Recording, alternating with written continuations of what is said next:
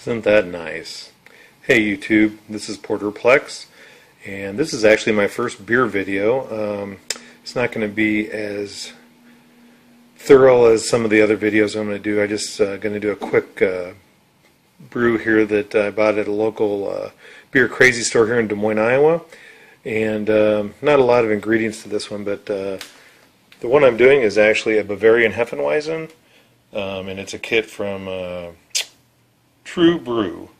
I've already, for the most part, I've already kind of skipped some of the video, and as far as the cleaning and that kind of thing, I've already sanitized and cleaned everything.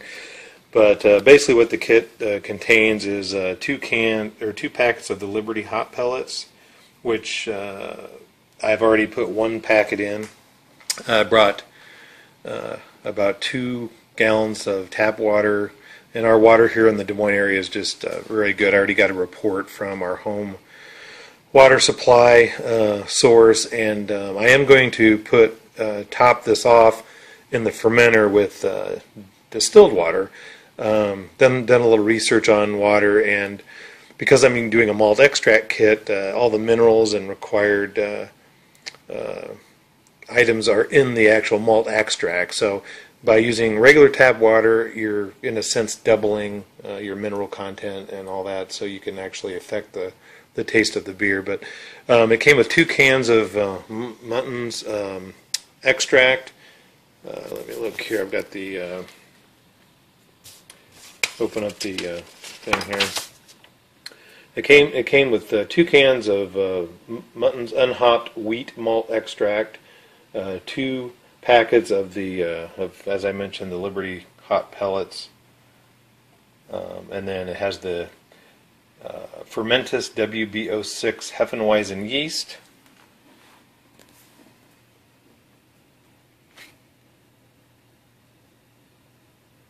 priming sugar, bottle caps, that kind of stuff. So now I'm going to keg most of this. So I'm going to, if there's any extra, I may not fill my entire 5-gallon keg up. I may leave an extra gallon or less, and then I'm going to bottle some. So I'm going to do a combination of kegging in my keezer, followed by putting the rest in bottles. So basically what I've done so far, like I said, I cleaned and sanitized everything. I do have a wort chiller that I'm going to use. I've already got that all constructed, and I'll put that in another video. Clean that, sanitize that. So it's waiting downstairs for me. I brought this up to a boil, 2 gallons roughly, and then put in my first can of the extract and 1 packet of the Liberty hot pellets. Now I was a little worried on this ceramic stove, how that would work, but it actually worked out pretty good. It took about 20 minutes to bring 2 gallons to a boil. Don't know if that's normal or not, but. And then, I put in the malt extract, stirred that in, as well as 1 packet of the hot pellets. Didn't really have much of a hot break issue at this point, so I didn't really have to turn the heat down much. Kind of stirred it, and I got a nice rolling boil going here. Got about another 13 minutes before I put the second can of malt extract in and the other Liberty pellets. And then from there, I think we bring it back up to a boil, let it boil for about 15 minutes.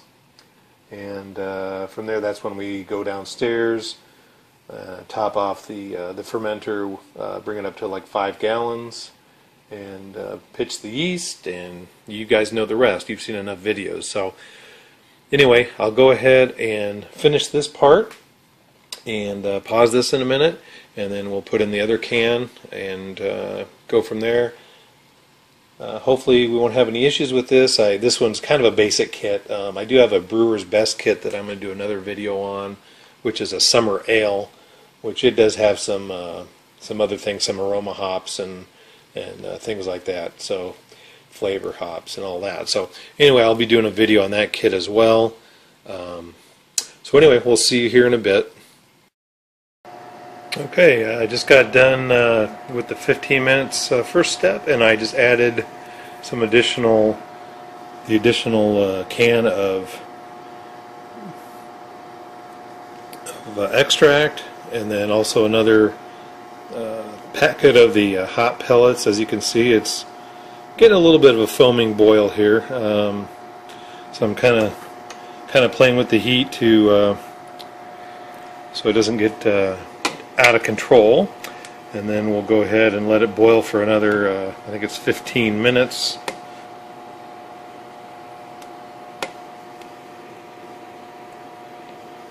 And then after the 15 minutes, that's when we go back down and cool it down fast with the wort chiller, get her fermenting, top it off with the distilled water, and kind of go from there. So it's looking pretty good here. I'm going to turn the heat back on.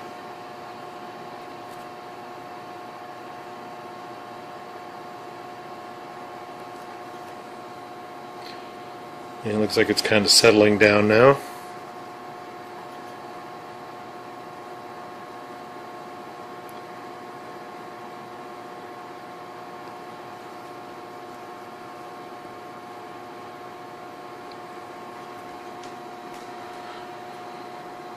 So while this is fermenting, one other issue I've got going on with my, I've got a leak somewhere in my Keyser line. I don't know if it's at the tank, in the regulators, or in one of the Keysers. I have two, corny kegs. I have two corny kegs,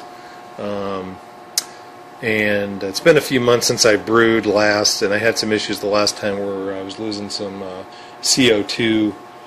So I'm going to have to do a little, while this is fermenting, do some testing, maybe in some buckets of water and some star sand to try to figure out where the problem lies. But anyway, hopefully get that resolved before it is time to keg. And looks like it's kind of starting to foam up on me again, so I'm going to reduce the heat.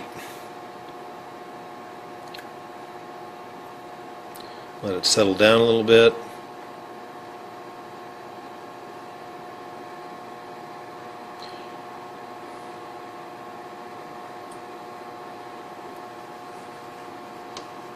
Try to get that nice rolling boil going again.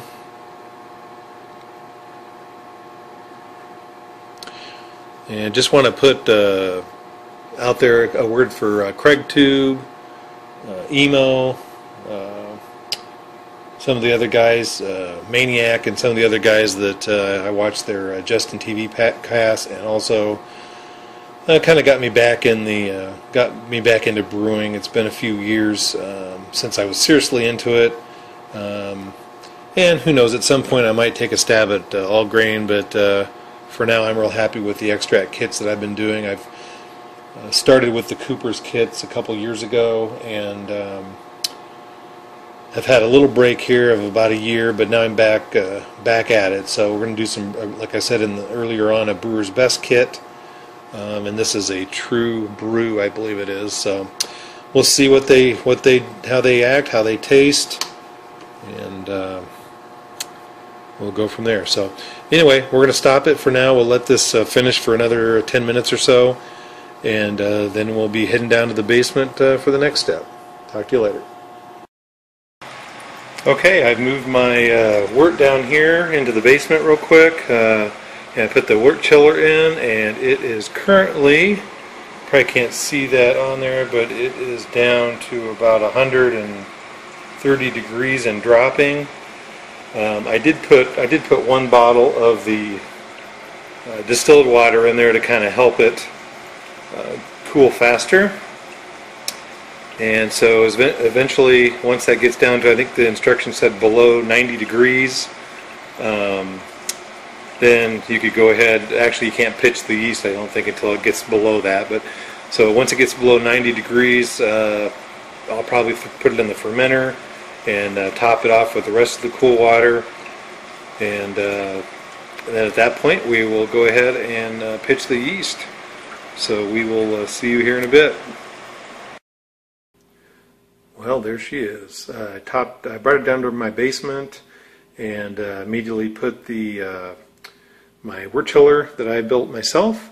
Immediately put that in the wort and started circulating the cold water through that in the pot, and then I also added some, put in a gallon and a half or so of distilled water, which also helped cool it quicker.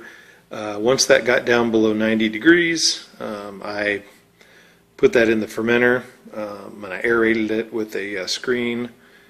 And then I topped it off to the 5-gallon mark per the instructions.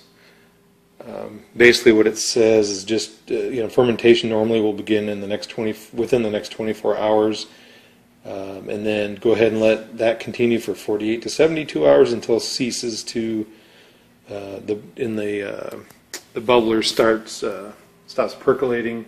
Right now, you can tell there's pressure in there as I push down.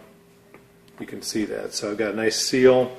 After 48 to 72 hours, then it basically says let it settle for another 3 to 4 days, and you should be good at that point to go on to the next step for either bottling or, in my case, I'll be kegging my beer. I have 2 corny kegs that I've already cleaned and replaced the seals and everything.